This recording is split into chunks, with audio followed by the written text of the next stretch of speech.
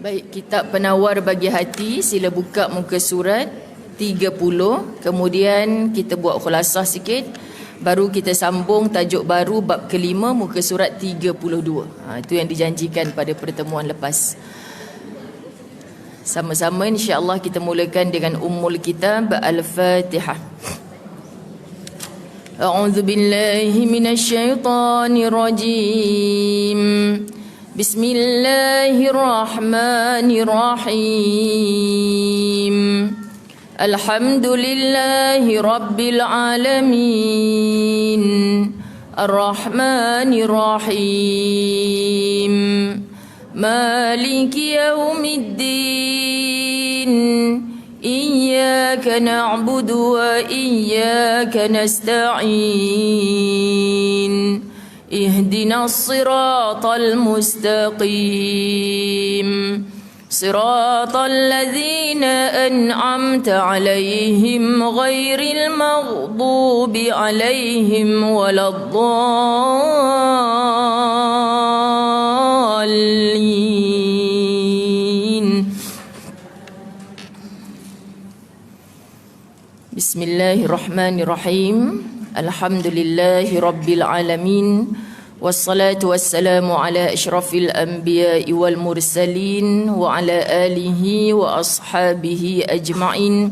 Rabbi shrah li sadri wa yassir li amri wa hlul uqdatan min lisani yafqahu qawli. Rabbi yassir wa la tu'assir ya karim. Rabbi zidni ilma warzuqni fahma. Assalamualaikum warahmatullahi wabarakatuh. Apa khabar semua? Alhamdulillah. Syukur yang setinggi-tingginya pada Allah Subhanahu wa taala. Izin limpah kurnianya kita merancang dengan cita-cita, Allah Subhanahu wa taala merancang dengan cintanya, maka setiap Isnin yang kedua dalam setiap bulan kita diizinkan bertemu selagi hayat dikandung badan. Baik bulan Mac dah kita tahun 2020. Pantasnya masa berlalu, masya-Allah. Muslimat dirahmati Allah, pelbagai yang kita lalui dalam Februari sehingga kini tidak berakhir lagi. Maka dalam keberkatan majlis ilmu, marilah kita munajatkan dalam hati-hati kita, insya-Allah. Pasti dalam ramai-ramai ini ada yang terus diangkat doanya ke langit Allah. Mohon dengan sangat Allah angkat, Allah tarik, Allah buang segala penyakit wabak yang menakutkan. Hatta kita dinasihatkan agar perhimpunan termasuk dalam majlis ilmu kalau boleh pun nak disekat sama. Bukan disekat kerana kita tak bagi untuk mendengar perkara yang baik, tetapi Allah Subhanahu wa taala pun suruh untuk kita mendengar apa kata ahlinya. Ahlinya para doktor, orang-orang yang hebat dalam ilmu-ilmu sains ni kata elakkan pertemuan yang beramai-ramai. Tapi bila kita mahu, muslimat dirahmati Allah, maka perbaikilah hati kita. Bismillahilladzi la yadurru ma'asmihi syai'un fil ardi wala fis sama' wa huwas samiul alim. Kita sudah memulakan dengan bismillah, nama Allah. Tidak ada mudarat yang turun dari langit, yang keluar dari bumi bila mana kita menyebutkan nama Allah. Jadi yakin yang sesungguhnya. Muslimat dirahmati Allah, kami para asatizah juga dinasihati. Tidak ada peluk cium sebagainya, tidak ada salam-salaman. Tetapi muslimat dirahmati Allah, macam semalam baru berakhir 3 hari 2 malam program di Pulau Pangkok. Kita maklum kepada jemaah, sedia maklum dah lepas solat jemaah tak ada peluk cium sebagai. Tapi bila kita pergi ke tempat orang, bukan semua orang faham, bukan semua orang tahu. Seronok teruja menerima tetamu, mereka hulurkan tangan. Bila mereka hulurkan tangan, terus kita ingat Allah. Bismillahilladzi la yadur. Tak ada mudarat kita sebut dalam hati kita. Sebab kita bersalaman tu dengan nak merebut kasih sayang Allah. Jadi jangan salam, kang sakit aku ni. Jangan macam tu. Salam, Bismillahilladzi la yadur. Salam tu jangan lama sangat. Kan apa lama sangat salam kali ni? Belum habis lagi aku baca Bismillahilladzi la yadur. Jangan pula. Sebab Ustazah Zai cukup risau orang yang hadir majlis ilmu bila dimaklum macam tu ada orang yang berkecil hati. Macam mana tetamu Ustazah, kita kena salam, tapi tadi ada nak salam orang tu kata tak boleh salam nanti penyakit. Kecil hati kami yang sambut tetamu. Ustazah Zai juga yang kena, muslimat dirahmati Allah. Jadi kita nak sebutkan macam mana kadang-kadang muslimat dirahmati Allah, kita dalam satu kelompok dah faham dah, dalam satu kelompok lain tak faham. Tapi bila keadaan macam tu, bila kita fikir dengan nada bunyi suara yang macam tu boleh sampai merenggangkan silaturahim, ada orang berkecil hati, minta bantuan dengan Allah. Okay, jadi mudah dalam hidup ni sebab kita ada iman. Allah campak nur dalam hati kita. Ini milik Allah semata-mata. Yang nak beri faham pun Allah, bukan asatizah yang mengajar. Nak beri faham mutlak milik Allah. Bila kita faham, muslimat dirahmati Allah, kita tidak ada takutnya kecuali kepada Allah Subhanahu Wa Taala. Dan jangan nafikan kalau ada tips-tips kesihatan, pesanan-pesanan daripada orang-orang yang ahli, bidang-bidang perubatan kesihatan sebagainya, jangan kita nafikan terus. Sebab apa kita tak boleh nafikan? Mereka ni macam kita lawan cakap orang tua-tua lah.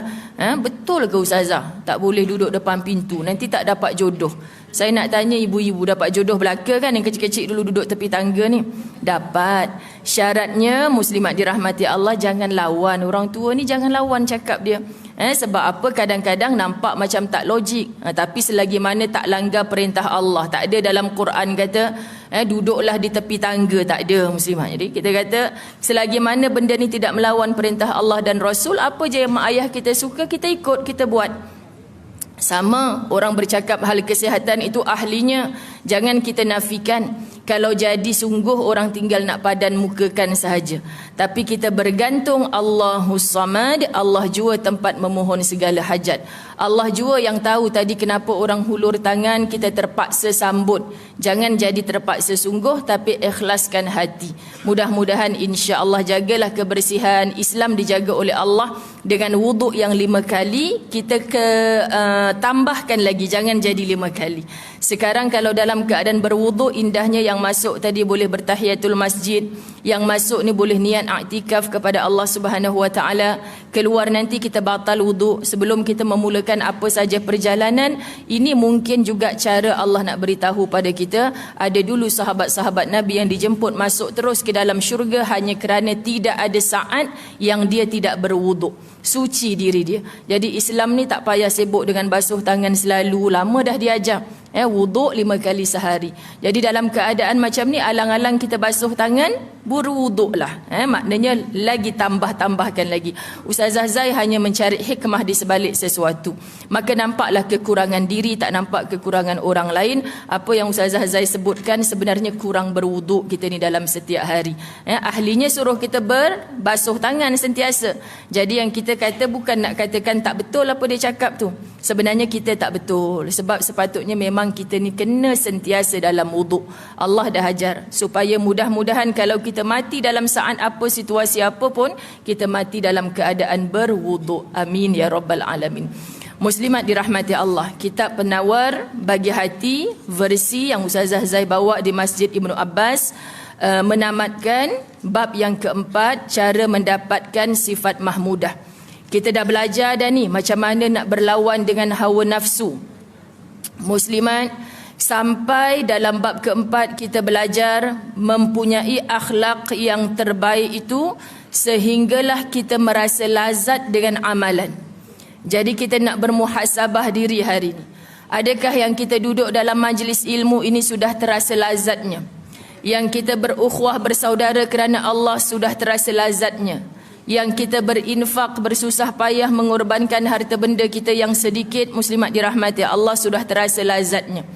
Apa saja yang dicintai Allah dan Rasul, nafsu kita jadi kurus, nafsu kita jadi sakit. Sebab selama ini apa yang dicintai oleh Allah dan Rasul, itulah yang tidak disukai oleh nafsu kita.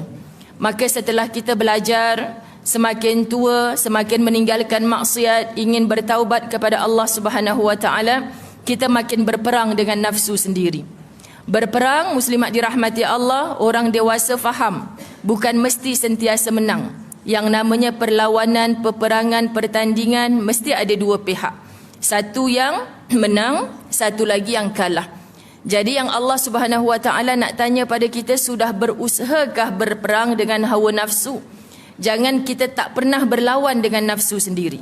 Sebab yang disukai oleh hawa nafsu ni adalah benda yang akan mendekatkan kita ke neraka Allah. Muslimat, apa saja yang disukai oleh nafsu, benda yang disukai oleh nafsu adalah yang mendekatkan kita ke neraka Allah. Na'udzubillah. Jadi kita tanya diri kita, yang nafsu kita ni suka masih kecintaan yang dulu-dulu ataupun yang sekarang ni? Kita akan dapat jawapan. Mudah je muslimat. Muda-muda dulu kalau asal buka je radio suka lagu yang macam mana? Kan? Tapi sekarang ni muslimat dirahmati Allah, anak yang hantar pergi majlis ilmu, dia masuk kereta macam kita 30 tahun dulu. Asal masuk je kereta buka lagu yang kita tak suka dengar. Tapi bila fikir balik, dulu-dulu aku pun macam tu juga. Nak marah, bang, long, adik, angah, janganlah buka lagu macam tu, sakitlah telinga mak. Nak marah, kadang-kadang anak yang kurang adab sebut apa? Ibu nak orang hantar ke tidak pergi Masjid Ibn Abbas tu? Kalau tak nak, turun. Ni kereta abang ni tahu. Kan? Kadang-kadang lah. Kita pun sebagai ibu kenal anak yang mana yang hantar ni. Kalau aku tegur terus ni, mau dia matikan enjin terus ni. Muslimat dirahmati Allah. Jadi kita faham, ya Allah, kan, mudah-mudahan sempatlah anak kita ni merasa apa yang kita rasa walaupun masih usianya muda. Sebab nafsu ni muslimat dirahmati Allah, bila semakin tua baru mudah-mudahan sungguh menjurus kepada nafsul mutmainnah. Kerana kita nak mati dalam nafsul mutmainnah yang dimiliki oleh para nabi dan rasul, sahabat-sahabat radhiyallahu anhum yang dijamin syurga. Maka bila kita baca cerita macam tu, tak layak ke kita dapat nafsul mutmainnah yang bila kita suka buat sesuatu perkara, itulah juga yang disukai oleh Allah dan Rasul. Masya Allah. Jadi hari ini muslimat dirahmati Allah, kita nak menghabiskan tajuk yang keempat ini. Kita muhasabah diri dulu, bukan kita tengok kawan kiri kanan kita. Yang ni kita sebut, betul lah ya Allah, walaupun tadi kita bersedekah tu, rasanya dalam ramai-ramai masuk dalam tabung masjid tu, aku seorang je yang sekeping RM100. Contoh muslimat. Sebab ada hajat tertentu. Hari ni hari jadi dia. Sempena hari jadi kita, contoh nak memberi lebih, bukan sibuk nak menerima. Kalau dulu-dulu sibuk menerima, merajuk suami tak ingat hari jadi kita. Tapi dah tua-tua ni kadang kalau potong kek pun tak larat nak makan ustazah. 60 tingkat, siapa nak makan? Jadi kitalah yang memberi musliman. Oh, kita intai, ya Allah, banyaknya sekeping RM100 terus dia bagi. Muslimat dirahmati Allah. Kerana apa? Kita sudah melatih tubi jiwa. Dulu nafsu tak suka benda macam tu, sekarang lagi banyak memberi rasa nikmat. Sebab muslimat, kenapa pelik kecintaan kita bukan menyusun setiap bulan mesti ada baju baru? Tak lagi macam tu dah. Kenapa sekarang ni kita lagi berbangga, berbahagia dalam hati ni bila kita memberi untuk perjuangan agama Allah Subhanahu Wa Taala. Masya Allah. Saya baru balik daripada Pulau Pangku. 5 agihan tempat untuk asnaf dengan rumah-rumah Allah. Saya pelik muslimat dirahmati Allah, dalam kempen yang sekejapan semalam kita agihkan RM15,000. Kan? Kita sebut mana datang duit ni? Kerana bila orang faham. Saya sembang dengan Al-Fadhil Ustaz Ibrahim Zakaria, mudir Pondok Al-Abrar semalam di Manjung. Saya sebutkan, Ustaz, Masya Allah, saya sembang dengan Ustazah tadi, tak ada satu benda pun yang terbina daripada madrasah ni bukan dari harta wakaf. Termasuklah setiap kipas yang berpusing, tiang ni daripada tak ada apa Ustazah, semua harta wakaf. Patut Nabi SAW suruh hidupkan ni. Bab wakaf ni, kita orang Islam akan naik, akan maju. Masya Allah, bangunan begini indah, semua harta wakaf Ustazah. Ya, harta wakaf. Bermula daripada rumah kecil je dulu kami, untuk membina anak-anak hafizul Quran. Jadi kita sebut, Masya Allah, kalaulah semua orang Islam berjiwa macam ni, kaya raya kita muslimat dirahmati Allah. Dan ternyata janji Nabi SAW lagi, kita memberi untuk agama Allah. Bukan kita tengok dekat akaun bank kita nanti terus up 10%. Tak ada. Kita jangan kata-kata bagi 1 dibalas 10. Tadi bagi RM1 kat Masjid Ibn Abbas, tak ada pun tengah hari jadi RM10. Pening accountant semua bank muslimat kalau jadi macam tu. Kalau tak nampak dalam kita punya bank, statement kita keluar tak nampak 10 kali ganda, Allah akan datangkan 10 kali ganda tu dengan macam-macam cara. Sebab tu orang terasa lazat, lagi bersedekah lagi lazat, lagi hadir majlis ilmu lagi lazat. Jadi selagi belum lazat, paksa paksa inilah mujahadah, yakni jihad melawan hawa nafsu. Mudah-mudahan bila kita dah faham sampai habis topik yang keempat ni, muslimat dirahmati Allah, datang je kesukaran dalam nak buat baik, kita boleh pujuk hati kita. Ya Rab, memang air mata yang tumpah hari ni. Ya Allah, rupanya yang makin jauh dengan kita bila kita nak jadi orang baik, orang dulu yang rapat-rapat dengan kita. Sedihnya ya Allah. Ya Allah, rupanya dulu yang bermusuh dengan kita makin dekat. Kita terpaksa memaafkan apa yang dia pernah buat pada kita dulu. Muslimat dirahmati Allah. Ini satu jihad. Bukan mudah. Sebab tu semalam saya belajar satu perkara. Saya masuk dalam Facebook saya. Al-Fadhil Ustaz Ibrahim sebutkan apa? Ada satu pepatah Arab, dia kata bila orang sudah mula sempurna, mula kelihatan kekurangannya. Jadi ramai orang yang fikir, apa benda ya? Bila dah mula sempurna, terserlahlah kekurangannya. Ternyata memang tak ada manusia ini yang boleh sempurna. Sebab yang sempurna, yang maksum hanyalah Nabi SAW. Yang maha sempurna adalah Allah. Kita jangan pernah berangan-angan untuk jadi manusia yang paling sempurna. Muslimat pasti akan ada kecacatan. Kita paling khawatir sudah berada di atas satu tahta, kita nampak sangat sempurna, banyak dayang-dayang yang mengelilingi kita. Kalau sekarang ni kita fikir staff saja ada berapa orang. Hebat dah kita.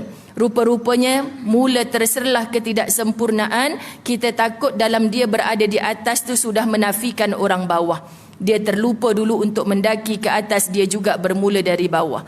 Maka kita faham, bila kita fikir kenapa pepatah Arab ni menyatakan demikian, maka bila duduk di atas, nak buang segala penyakit-penyakit hati ni, muslimat dirahmati Allah, bukan satu kerja yang mudah. Jadi penawar bagi hati lahir daripada kitab-kitab tasawuf. Hari ini kita sambung dalam bab yang kelima, taubat dari dosa zahir dan batin. Lahirnya berdosa, batinnya berdosa. Zahirnya apa, muslimat dirahmati Allah? Kalau tangan kita buat satu perkara mengambil yang bukan hak kita, itu dosa. Tanya daripada mana datangnya? Ya Allah, dulu semalam saya dapat satu ilmu lagi, Masya Allah. Saya suka kongsi benda yang menyentap hati saya. Saya dapat ilmu dekat mana, muslimat dirahmati Allah? Duduk dekat depan kedai Mama Jamilah. Kempen lah pula kan. Hasil laut, bukan pangkos itu apa? Lumut. Duduk kat situ. Ustazah tak nak beli ke? Tak larat nak beli. Beli ikan bilis sekarang sampai habislah berabuk ikan bilis kat rumah. Duduk sajalah tengok anak-anak membeli. Kemudian keluar seorang-seorang. Ustazah, dia pun ni apalah satu kaunter saja nak bayar kan. Penatlah kita, dah tahu orang nak datang satu bah bla bla bla bla. Manusia memang syok kalau bercakap, muslimat. Kita sengih je lah. Dia tokey besar, banyak cawangan, dia tahulah nak buat macam mana. Kalau tidak, tak jadi tokey besar. Kita faham macam tu je dalam kehidupan. Saya dah cakap dah kat dia tadi, Ustazah, you kalau nak maju lagi, you kena ada satu lagi cashier, satu lagi cashier. Wah, kita pula orang luar yang mengajar. Tapi yang bercakap ni tak ada satu cawangan pun lagi. Kan? Nak bisnes apa, kuih tepi jalan pun asyik tak jadi je, Ustazah. Orang tu dah banyak dah cawangan. Macam itulah kita, muslimat. Seorang lagi datang, saya pun dah bagi tahu kat ujung situ patut ada cashier lagi satu. Ustazah sengih je lah. Datang seorang hamba Allah, pun tokey besar juga, dah habis dah berbelanja.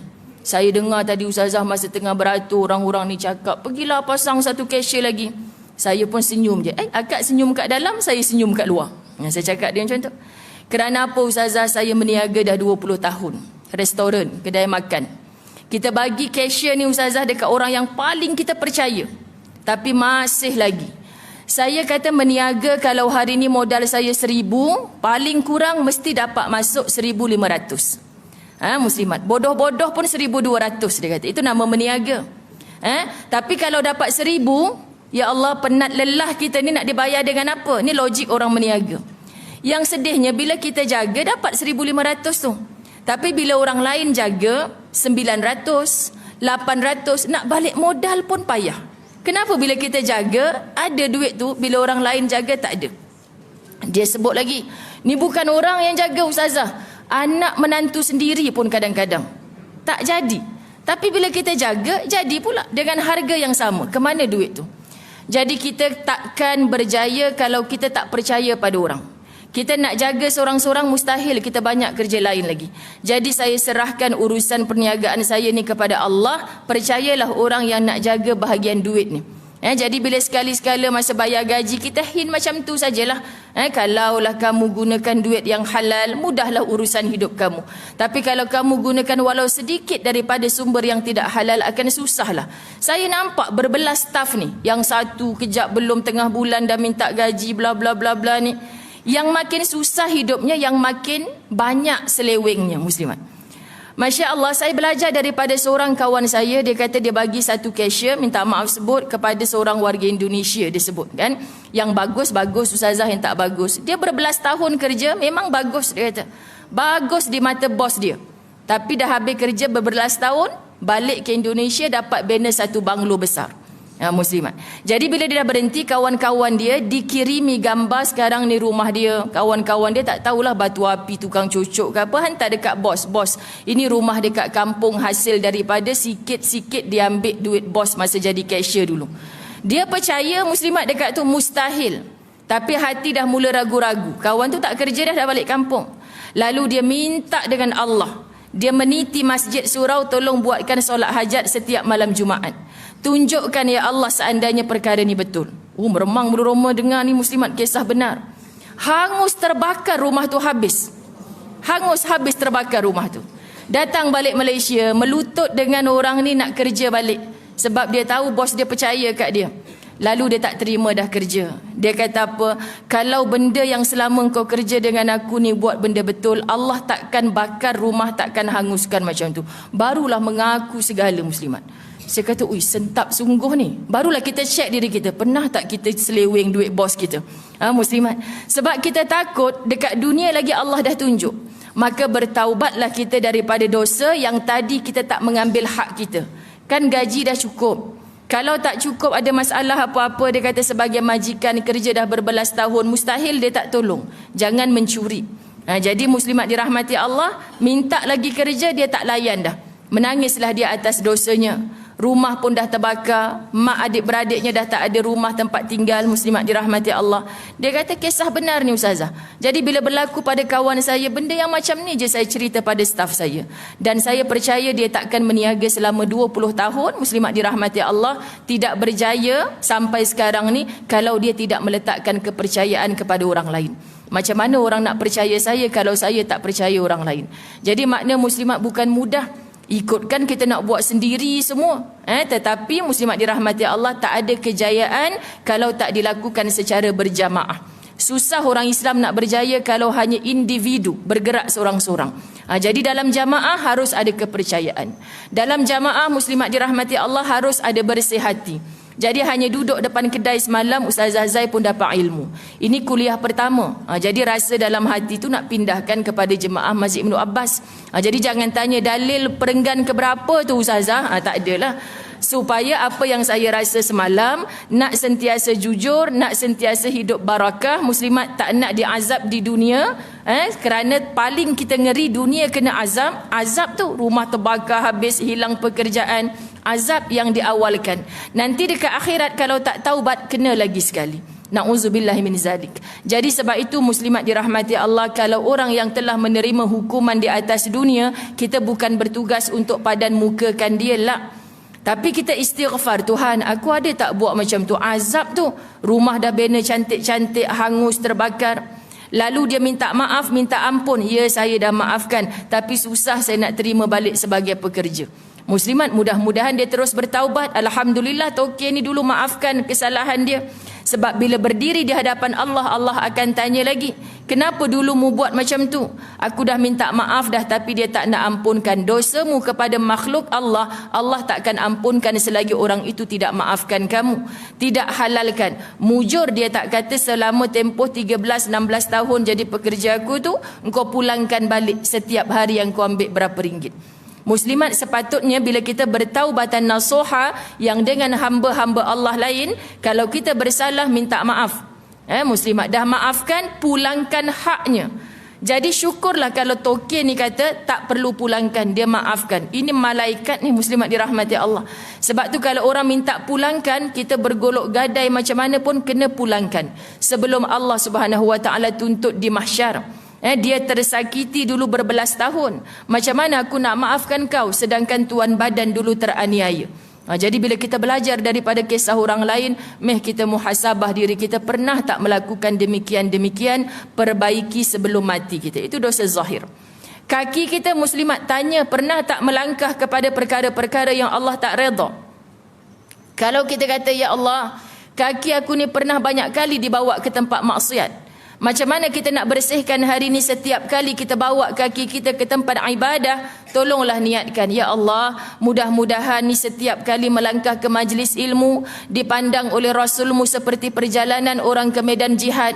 Lalu engkau ampunkan dulu kejahilan, kealpaan, kelekaan aku, ya Allah. Engkau hapuskan dosa aku yang melangkah kelab malam dulu, dosa aku yang bermaksiat dulu, ya Allah. Asbab hari ni engkau panjangkan usia aku bertaubat, takkan aku ulangi maksiat dulu. Aku akan tambah amal salihat, menggunakan segala zahir batin aku ni untuk beribadah kepadamu.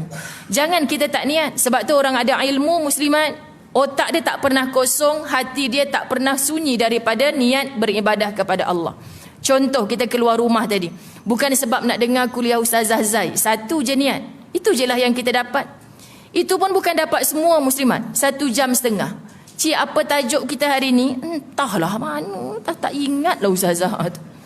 1 jam setengah apa yang kita dapat muslimah? Ustazah Zai ni hanya sebab berceramah je boleh bercakap tanpa mengantuk, tanpa leka, tanpa lalai, sebab tukang cakap. Cuba jadi tukang dengar, confirm tak dapat juga muslimat. Jadi kita nak sebut, ya Allah, 1 jam setengah ni apa sangat yang kita dapat. Kadang tajuk pun lupa, akak pun lupalah, tapi Ustazah tu pakai tudung bunga-bunga hari ni, itu je lah dia ingat muslimat. Kita, ya Allah, ruginya apa yang kita niatkan tadi nak dengar majlis ilmu pun tak dapat apa-apa muslimat dirahmati Allah. Kalaulah tadi kita keluar rumah nak dengar majlis ilmu, dah lama tak jumpa kawan si Fulan tu, ya Allah, sihat ke tidak dia, nanti nak cari dia dulu sampai kat masjid. Apa cerita lama tak datang, kan anak dia tak sihat, jaga anak sakit kat rumah, dah niat nak silaturahim. Yang ketiga, nak beli kuih lah sikit tepi jalan, sedekah letaklah kat meja ke belakang tu, tambah-tambah sikit muslimat, pahala lagi. Kemudian kita niat, ya Allah, dulunya masa muda-muda tak melangkah aku tempat macam ni, padahal rumah sebelah masjid je, ya Allah. Dibagi tahu ada majlis ilmu, hati ni kenapa tak nak datang? Hari ni baru nak datang. Engkau ampunkan aku dulu, ya Allah. Pandanglah ini sebagai amal soleh aku yang boleh menghapus dosa-dosa aku yang dulu. Niat muslimat dirahmati Allah.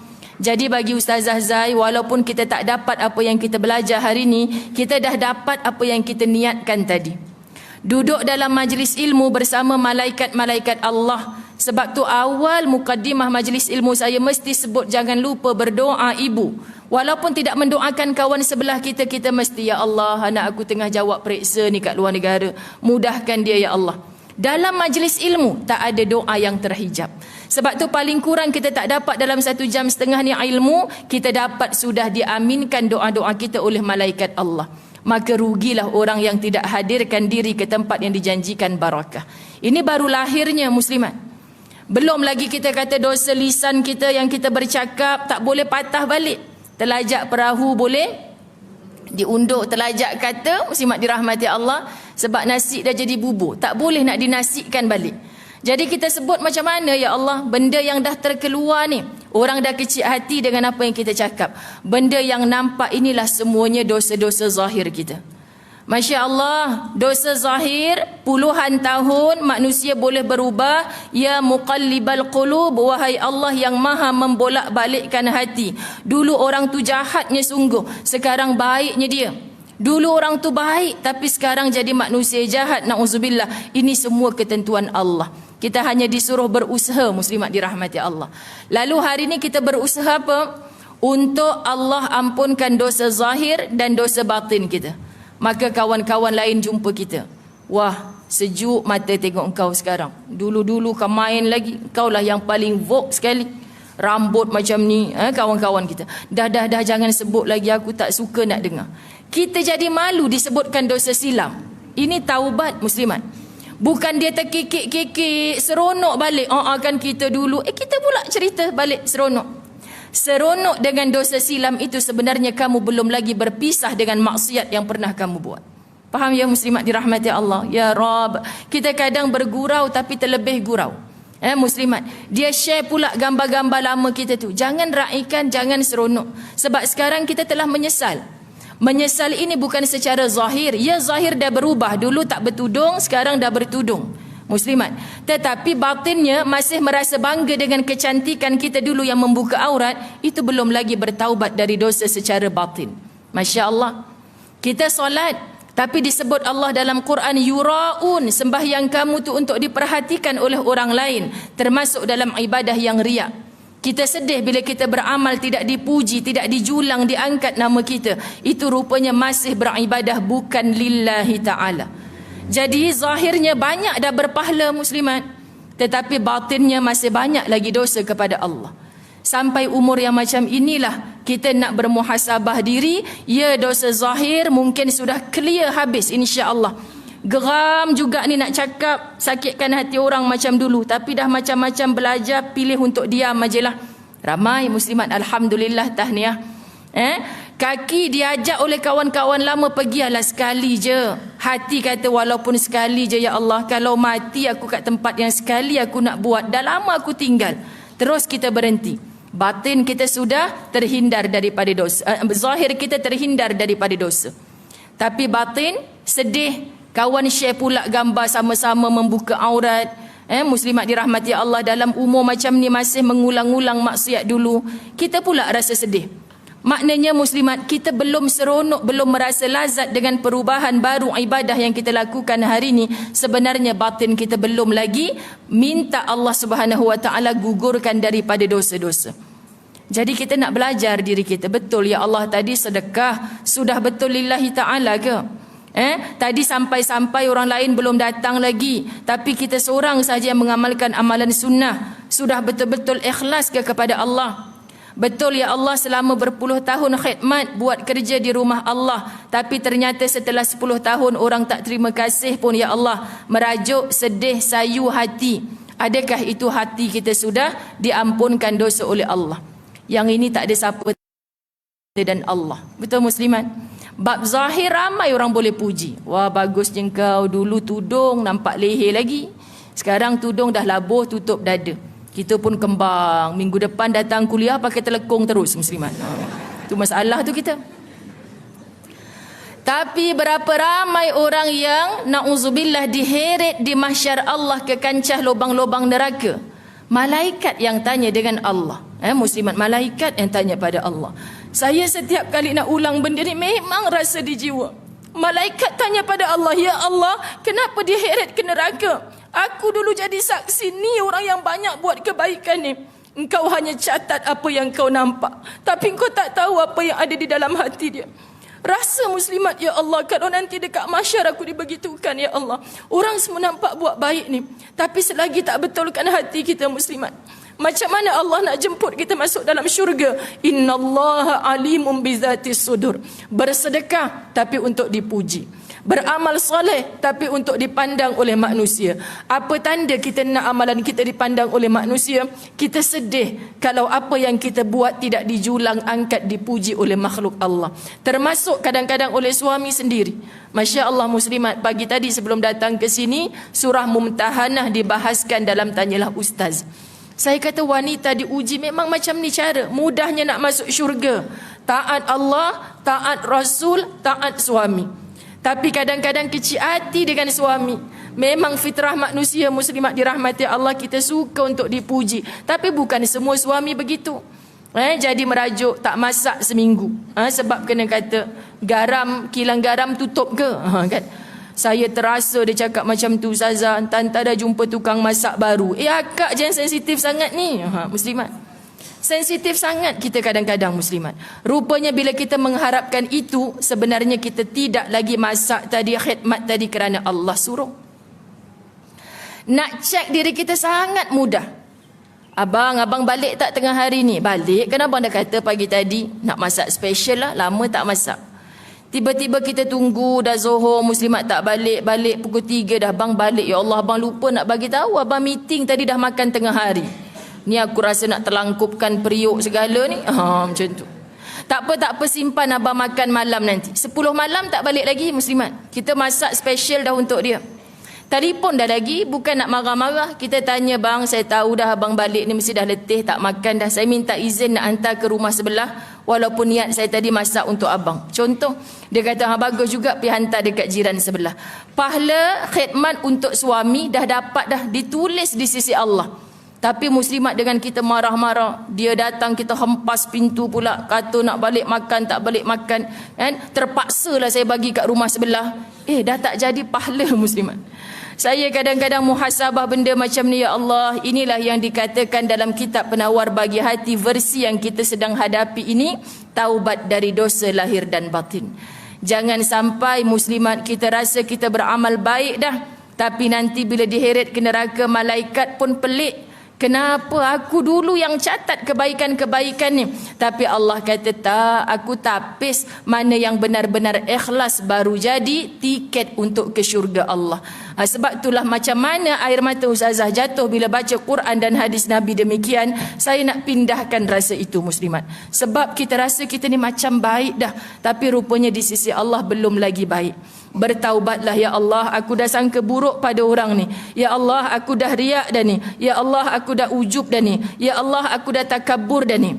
Nanti lepas kuliah macam ni akan ada orang datang WhatsApp jumpa Ustazah muslimat, saya rasa hati saya macam tu Ustazah, takutnya saya nak mati. Muslimat, biasa bagi manusia ada datang rasa demikian. Tetapi sukar sangat luar biasa untuk seorang manusia nak cepat-cepat membunuh penyakit hati. Biasa je orang puji, kita kembang sikit. Tapi cepat astaghfirullah. Kalau engkau yang tak bagi kudrat, mana mungkin aku boleh buat macam ni. Kalau engkau yang tak bagi rezeki, cepat-cepat saat itu juga. Sebelum syaitan lagi muslimat dirahmati Allah. Kan aku dah kata, engkau seorang je yang paling hebat kat sini. Jangan biarkan syaitan dan nafsu kita terus bermaharajalela. Gantikan, balikkan kepada Allah, supaya kita tidak terus-terusan leka dengan penyakit hati. Ini yang kita nak taubat daripada dosa lahir dan batin. Tu macam mana nak cepat-cepat habis kitab ni? Ni baru mukaddimah ni muslimat, 40 minit dah. Baik, baru nak baca. Tu yang orang tak ada kitab pun jangan pernah menangis, sedih. Sebab Ustazah Zai punya mukaddimah tak payah tengok kitab lagi. Okey, hati yang mahu bertaubat dari dosa zahir dan batin itu adalah hati yang terpuji.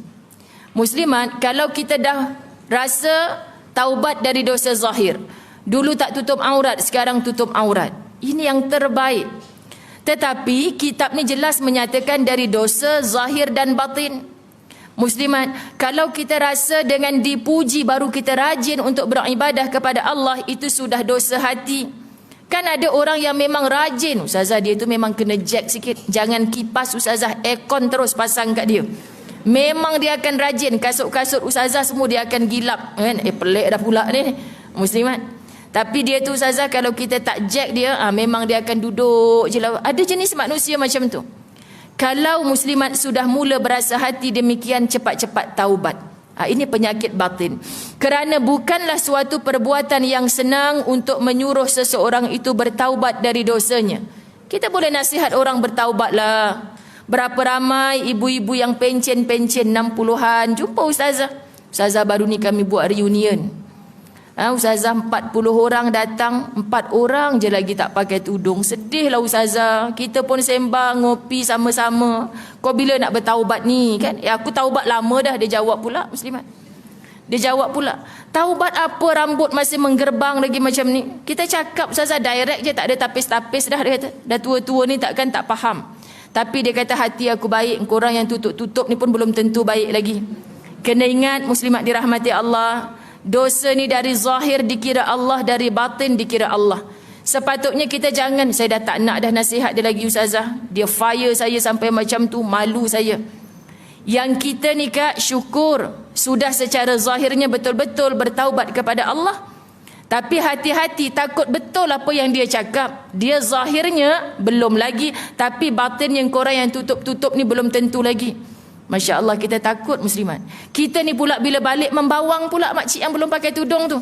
Sesama orang-orang yang sudah bertutup litup. Faham ke tak faham ni? Rupanya yang kita didatangkan oleh Allah 40 orang. Daripada 400 orang sepatutnya, alumni yang sepatutnya datang, 40 orang je hadir. Rupanya daripada 400 orang, Allah pilih kita untuk hadir 40 orang. Bukankah sebenarnya ini ujian dari Allah nak tengok 40 orang tolak 44 orang yang belum bertudung, 36 orang ni siapa yang boleh zip mulut daripada mencaci maki orang yang secara zahirnya belum bertaubat. Sebab tu apa sahaja yang berlaku, saya kata dalam Februari ni muslimat, awal sebelum 5 hari bulan terkejut dengan satu berita, pertengahan satu berita lagi, tengah-tengah lagi, macam-macam berita lah bulan Februari. Mujur ada 29 hari je, kalau 31 hari tambah lagi cerita muslimat. Tragedi sungguh bulan Februari ni. Sampailah ke hari ni, kita sebut ya Allah Tuhan, lepas satu-satu kita pula yang paling sibuk bercakap. Sampai ke hari ni Ustazah rasa siapa, sampai saya balik dari Kulim hari tu naik bas, saya kata ya Allah, apalah orang depan ni, dia buka video sekuat-kuat, video orang ceramah politik. Saya kata aku nak intai depan calon menteri ke apa ni, dia duk buka kuat-kuat dalam satu bas, orang nak rehat tak boleh muslimat. Kan apa? Kan dah buang masa sepanjang perjalanan tu ambil tahu benda yang kita tak perlu tahu pun. Memang perlu tahu, tetapi kita buang masa sampai tahap macam tu. Allah datangkan satu-satu isu, kita perasan tak muslimat? Kita sembang benda yang tak sudah-sudah, tak habis-habis. Kita balik dari reunion, 36 orang lagi buat grup PM tepi, membawang yang 4 orang ni tak insaf lagi, tak pakai tudung lagi. Sebenarnya yang besar ujiannya siapa? Yang belum bertudung tapi sedar diri tu ke? Ataupun yang dah menutup aurat tapi mulutnya tidak di-zip-zip lagi muslimat? Sebab itulah yang kita sebutkan, Masya Allah, sebenarnya Allah datangkan satu benda nak test kita. Bukan nak test orang yang berlaku ujian pada dia tu saja, nak test kita. Jadi hati-hati muslimat, takut secara zahir saja dosa telah diampun tapi secara batin tidak. Ni kalau tak faham lagi tak tahulah, sebab orang dewasa belaka kan. Itu yang kena satu-satu nak bagi faham tajuk ni muslimat. Mungkin ada di kalangan kita telah banyak kali diberi nasihat dan teguran, tetapi dosa itu diulanginya lagi. Jadi layak tak kita sebut, aku tak nak cakap apa dekat dia, lantaklah dia? Boleh tak muslimat? Kalau tidak, Nabi tak kata sampaikan yang datang daripadaku walaupun satu ayat. Khususnya seorang ibu, tolong jangan sebut aku tak nak nasihat dah anak tu nombor 3 tu, tak nak dah. Aku tak nak cakap apa dah. Sekali aku cakap, bini dia jegih mata kat aku. Contoh muslimat. Takut dengan menantu rupanya. Jadi kita sebut apa muslimat? Dia anak kita. Sampai bila-bila pun nampak tak betul, kena tegur. Ibu-ibu dah hadir majlis ilmu, kena betulkan cara menegur muslimat. Kesian anak kita kalau ada salahnya kita tak tegur. Siapa lagi yang ikhlas nak menegur? Berbanding kita yang mengandungkan dia, melahirkan dia, membesarkan dia, kenal bila masa dia merajuk, bila masa dia berkecil hati, bila masa dia tengah happy, kita tahu. Rasanya waktu dia balik ujung minggu ni sesuai lah kot bang, insyaAllah. Kita kena cakap juga benda ni, sebab ini hak seorang ibu kepada anak-anaknya. Jangan pernah kata ibu dah kahwin ustazah, dah besar panjang, tak payahlah kita nak ingatkan lagi. Dia tu lagilah duluan. Lulus sekolah agama tu, saya ni tahu apa ustazah. Jangan muslimat. Saya rindu mak saya selalu cakap, mak ni tak mengaji agama, mak ni tak mengaji, tak sekolah tinggi-tinggi. Kita nak bagi supaya dia tidak berjauh hati, memanglah tak tinggi mak. Mana ada 4 tingkat, 5 tingkat sekolah mak dulu, macam tu je lah cakap. Sebab apa muslimat? Maksudnya walau dia tak mengaji tinggi, mak tetap berhak menegur kita. Tetap berhak. Nasihat, bagi tahu. Nak dengar alhamdulillah, tak dengar tak mengapa. Kerana apa muslimat dirahmati Allah? Sekali ingatkan, sekali tegur, sekali cakap, ada pahala di sisi Allah. Walaupun masih bersedih anak tak ikut apa yang kita cakap. Ini hakikat. Begitu juga peringatan dari Allah melalui firman yang banyak terdapat dalam Al-Quran, namun ramai manusia yang tidak hiraukan semua itu. Jangan pernah takabur dengan kita dipilih Allah, dulu tak tahu sekarang tahu. Semalam ada satu musliman orang share balik video saya berceramah tu, saya ingat di Masjid Al-Mukminun Subang. Sebab kalau kat sana tu memang ada seorang yang buat channel untuk YouTube. Dia memang rakam semua. Saya kata kat mana ya ceramah ni? Dia pendekkan ceramah tu bab sombong saja. Ini hak masing-masing lah muslimat, orang macam-macam cara nak kumpul. Tapi kenapa saya dengar balik? Sebab takut yang sekerat-sekerat ni mesej tak sampai. Dia tak dengar daripada awal sampai akhir. Tapi saya kata bagus juga ni. Sebab tajuk dia pendekkan ceramah tu, jadi kita sombong. Seorang dengar, orang yang cinta majlis ilmu, dia nak tahu kenapa dia kata kita sombong. Oh, rupanya poin dia kerana kita dulu tak cantik, sekarang cantik. Sombong. Dulu tak ada ilmu, sekarang ada ilmu. Sombong. Dulu tak ada pangkat, sekarang ada pangkat, jadi sombong. Dulu miskin, sekarang kaya, jadi sombong. Patut pilihan Allah belaka. Yang nak bagi siapa yang makin kaya, siapa yang makin berharta, siapa makin cantik, siapa anak-anaknya berjaya, pilihan Allah. Sebab muslimat, kalau kita berada di atas tahta tapi menjadi asbab kesombongan, siapa kamu di sisi Allah? Batal, sia-sia belaka. Ini yang paling kita takut. Patutlah Ustazah Zai juga selalu ulang, nikmat yang ada atas dunia ni nanti akan menyebabkan lama kita berdiri di hadapan Allah.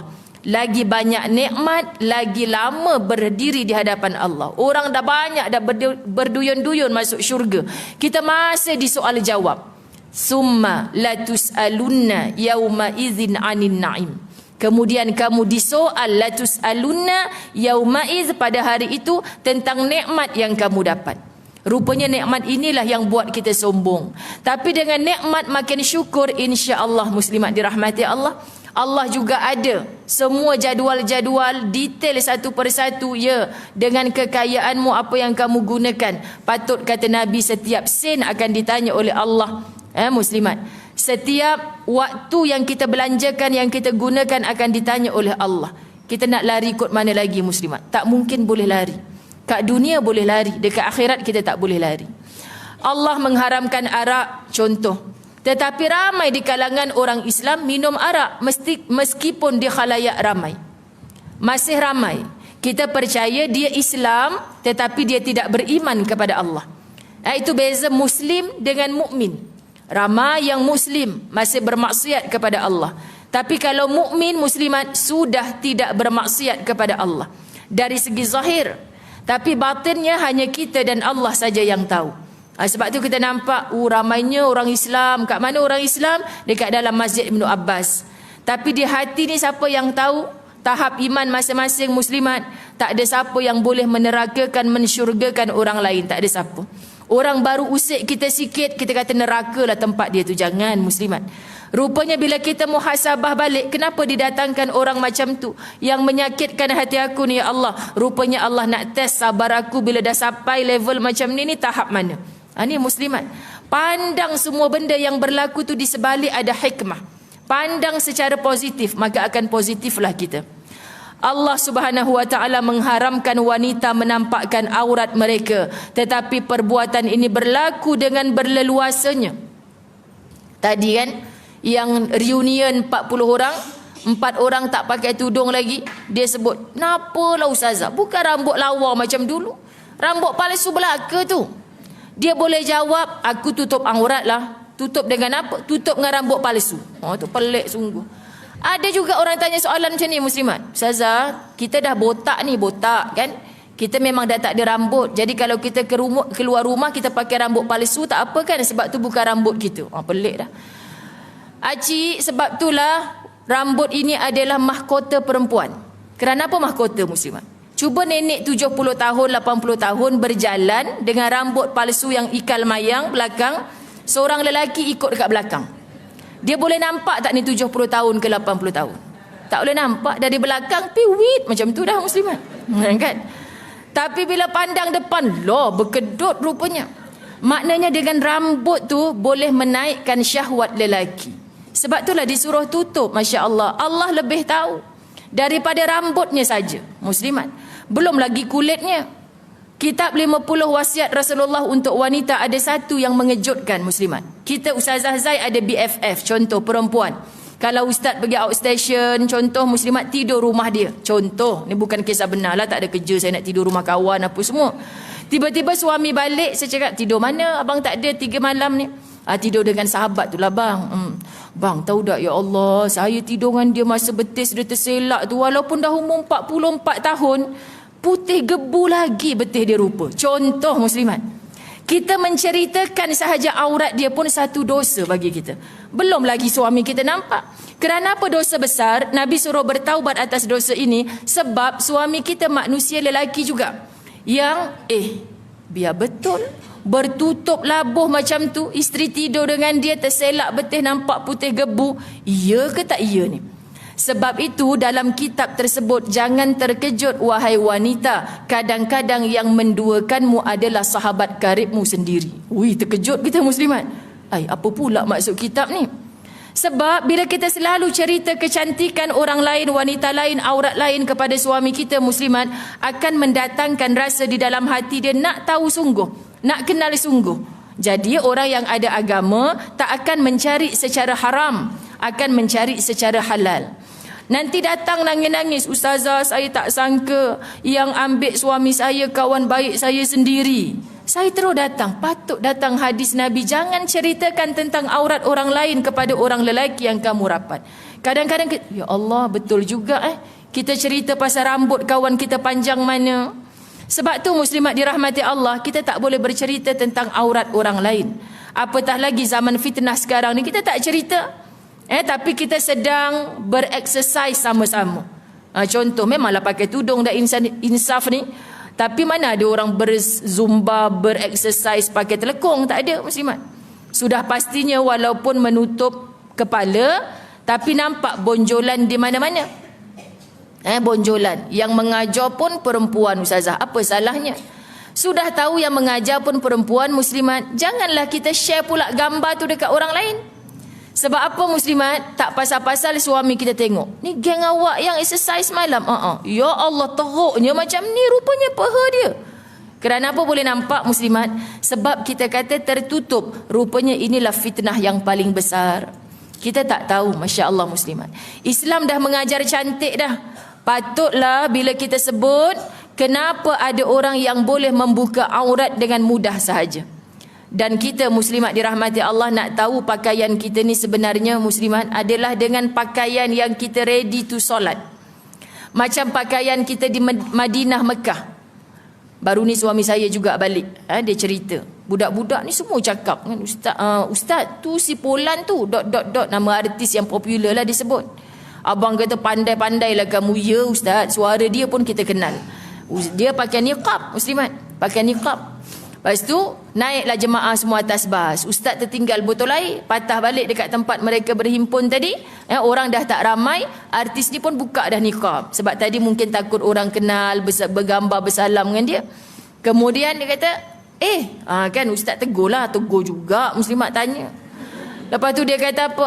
Ustaz sihat ke? Dia kata, ya ni saya. Ternyata muslimat disebutkan apa? Dulu kat KLIA abang ada jumpa juga, dia katakan. Tapi tak lawa macam tu. Sebab apa? Sebab tak make up. Sebab memang masa tu macam dia ambil suami dia, rambut pun macam orang bangkit tidur. Dia kata tak lawa, tak make up. Rupanya macam dia nampak lawa kat TV ni sebab make up. Dia nak cerita masa jumpa dekat Madinah tu muslimat dirahmati Allah, tak make up juga, tapi lawa. Kita geram dengar, sabar je lah kan. Kenapa lawa pula? Sabar dulu, jangan marah dulu. Dengar dulu cerita sampai habis. Sebab dia pakai lengkap berhijab cantik. Betul lah wanita ni nak nampak cantik bukan kerana make upnya, tapi sempurnanya menutup aurat. Lomak kembang sekejap isteri muslimat kan. Maksudnya apa? Bukan kerana make upnya sangat yang cantik, tapi bila wanita tu biar tidak bermake up, original, tapi dia lengkap menutup aurat, ready to solat muslimat, kelihatan cantik di mana-mana lelaki yang beriman, insya-Allah. Jadi kalau orang mengejar kerana kepura-puraan muslimat, kita takut yang datang itu bukan orang yang beriman. Jadi jangan pelik kenapa ada orang diberitahu ni tutup aurat tapi dia tak mahu. Jangan caci maki dia, doakan dengan kasih sayang, campakkan nur iman dan hidayah dalam hati dia, ya Allah. Kita tak nak saudara kita tu mati dalam keadaan macam tu. Doa sungguh-sungguh muslimat. Kerana kita yang betul-betul menutup aurat, mati pun macam-macam hisab. Ini kan lagi dia yang mati dalam keadaan tak menutup aurat. Sebab itu orang beriman yang baik, bila tahu saudaranya bermaksiat, berdosa kepada Allah, dia tidak mencaci maki, tapi dia turut menangis atas dosa saudara itu. Kamu menangis sebab apa ni? Menangis bang, bilalah saudara kita tu nak tutup aurat, mudah-mudahan Allah campak nur iman hidayah dalam hati dia. Menangis kerana dosa orang lain, ini saudara Islam yang baik. Bukan muslimat kita mencaci maki atas dosanya, tidak menambahkan apa-apa. Masya Allah. Ini yang kadang-kadang kita dikelilingi orang yang bermaksiat pada Allah, ternyata dengan kita masih belum terhapus dosa batin. Sebab kerja kita asyik bercakap tentang dosa orang lain. Kita memandang dengan benci, bukan memandang dengan kasih. Perbaiki, takut yang betul-betul taubat hanya zahirnya, tetapi batinnya belum bertaubat kepada Allah. Dapat poin utama ni, muslimat dirahmati Allah? Ke ramai dah tidur dah ni? Okay, dapat tak poin utama ni? Poin utama ni maksud, ya Allah, kalau aku berdiri depan cermin, betul, insya-Allah aku dah bertaubat secara zahirnya. Tapi aku tak boleh belah dada nak tengok dekat cermin ni, aku ni penuh penyakit macam mana dalam hati. Hanya kita yang boleh rasa, dan kita beristighfar sungguh dengan Allah. Betul muslimat? Sebab tajuk dia taubat dari dosa lahir dan batin. Kita nak mati dalam keadaan lahir pun tak ada dosa, batin pun tak ada dosa, sama macam kita baru dilahirkan dulu. Kita dilahirkan dulu bogel, muslimat dirahmati Allah. Tak ada apa-apa pun. Kemudian zahir kita bersih dari dosa, batin kita bersih dari dosa. Anak-anak kecil yang belum mumayyiz, yang belum baligh, tak punya rasa apa-apa. Tak ada berkecil hati dengan ibu, tak ada rasa apa-apa, muslimat dirahmati Allah. Jadi kita dah semakin tua ni, makin kita faham apa yang kita pelajari. Apa lagi? Banyak lagi larangan-larangan yang digariskan oleh Allah, tetapi manusia seolah-olah pekak dan bisu. Masya Allah. Patut ada cerita mahsyar, orang yang celik ketika di dunia, bangkit teraba-raba di mahsyar. Ditanyakan, kenapa aku buta ya Allah, sedangkan dulu aku boleh melihat? Kerana engkau diberikan panduan untuk menjadi orang yang baik, tetapi engkau tidak membaca, tidak memandang, tidak mengambil tahu tentang perintah Allah. Kan jadi orang beriman ni muslimat dua saja. Perintah Allah walaupun susah, walaupun tak logik, buat. Kemudian larangan Allah walaupun nafsu kita suka, yang aku suka pula yang Allah tak bagi, kita kena tinggalkan sungguh-sungguh. Inilah tanda taatnya seorang hamba kepada Allah. Mereka terus melanggar peraturan Allah yang menjanjikan balasan neraka yang amat dahsyat sekali. Kan pelik? Jalan syurga Quran bagi tahu, jalan neraka Quran bagi tahu. Tapi kenapa kita memilih jalan ke neraka itu? Na'udzubillah. Itu tanda muslimat pilihan Allah belaka. Nak buat baik pilihan Allah, nak buat jahat pilihan Allah. Jadi yang merasa telah buat baik, tolong alang-alang jadi baik, baikkan juga dalaman kita. Sebab kita dah belajar, kalau hanya zahirnya beramal, batinnya muslimat penuh dengan kudis membusuk. Kalau terpamir, transparan ni, jasad kita ni nampak apa yang di dalam hati kita, agak-agak orang tak nak dekat dengan hati yang busuk tu. Ini gambaran muslimat. Al-Fadilah, sahabat Ustazah Hafizah Musa cerita apa? Jaga iparnya kan, yang kena kencing manis. Muslimat, luka dekat kaki tu, dia kutil ulat keluar daripada luka dekat kaki tu. Menangis, satu kesian pada ipar ni, dia kata. Yang kedua, ini baru kulit dekat bahagian kaki, daging-daging ni membusuk, ulat boleh keluar dari situ. Ya Allah, kalau hati kita busuk, bayangkan berulat macam ni, kita takkan dekat dah dengan kawan sebelah kita. Muslimat, cuma hati ni baiknya Allah, dilindung, ditutup. Tak ada siapa boleh mencium baunya, tak ada siapa yang boleh melihat ulat-ulat yang penuh banyak pada hati itu. Maka kita sendiri yang bertanggungjawab untuk membersihkan hati kita. Muslimat, inilah peranan ilmu. Orang yang ada ilmu mampu memujuk hatinya sendiri. Itu pun manusia tidak hiraukan. Walaupun jelas jalan ke neraka, mu buat macam ni ke neraka. Macam mana jalan ke neraka tu Ustazah? Sedangkan saya dah sembahyang. Quran cerita, jangan jadi orang yang celaka dalam sembahyangnya. Sebab dalam sembahyang itu dia sahun, dia lalai. Lalai itu kategori orang tak solat ke tak? Orang yang melewat-lewatkan solat. Alamak, terasa baru satu muslimat. Solat juga tapi yuraun. Kalau orang pandang lagi rajin, lagi panjang surah dibaca, lagi banyak solat-solat sunatnya untuk diperhatikan oleh orang lain. Alamak, kedua tunduk lagi kita. Sebab tu bukan nak nilai orang lain, nilai diri kita sendiri dengan ilmu. Masya Allah, muslimat dirahmati Allah. Inilah yang menjadi panduan. Ustazah saya mengajak dengan hati, muslimat dirahmati Allah, tak payah cek orang lain. Orang yang kerap hadir majlis ilmu sebenarnya dia sibuk muhasabah, menghisap diri dia sendiri. Tak larat nak hisab muslimat. Kalau 60 tahun hidup lagilah panjang. Aku balik dulu umur berapa? 16 tahun. Hari pertama balik, hari pertama dibuka buku amalan aku ni.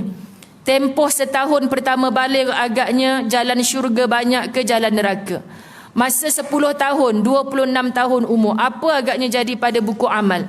Ya Allah, syukur Engkau panjangkan usiaku. 66 tahun dah umur aku hari ni ya Allah. Apa tujuan kita ditambah umur oleh Allah? 1 untuk taubat, 2 untuk tambah amal salihat. Itu saja muslimat. Tak sempat kita nak cek orang lain punya dosa ataupun pahala, tak sempat. Okey, demikianlah susahnya untuk menyuruh manusia bertaubat dari segala dosa. Susah. Yang senang sebenarnya nak suruh diri kita bertaubat dari segala dosa.